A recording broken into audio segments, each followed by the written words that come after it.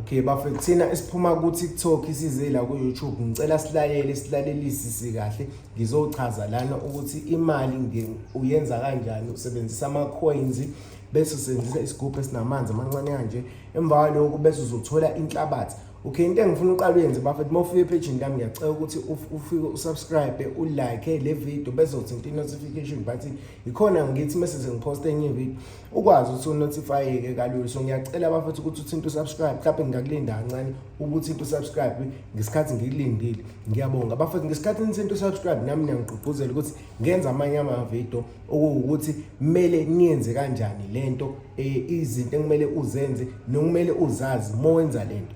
So into yokuqala bafethu, ngicela niqiniseke ukuthi awulali nezingane empedeni futhi lento uma uyenza awuyicabangi. Lento isize lapho ukuthi ungabi namaphupho amabi, because abanye ngesikhathi usuba nephupho elibi lento iyayeka ukwenzeka bese ingasenzeki.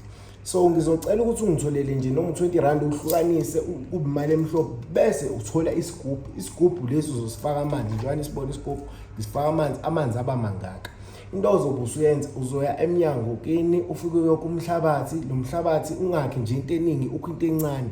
Emva kwaloko uzofika usuthatha ukhuni bese uthatha ihlamvu bese lezo zinto uyazibeka zombili bese uzobe usuthatha usawoti nawo. Emva kwaloko uzobe usukhibeka konke ungitholele indwangu emhlophe, hayi isikibhe simhlophe, indwangu emhlophe.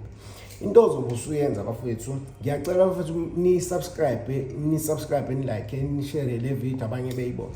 Into ozobe usuyenza bafethu, uzobe usungitholela ulukunjani yini lento ibizwa yini lento le, ispirit uzobe usukuhlanganisa konke bese ukufaka esigubhini.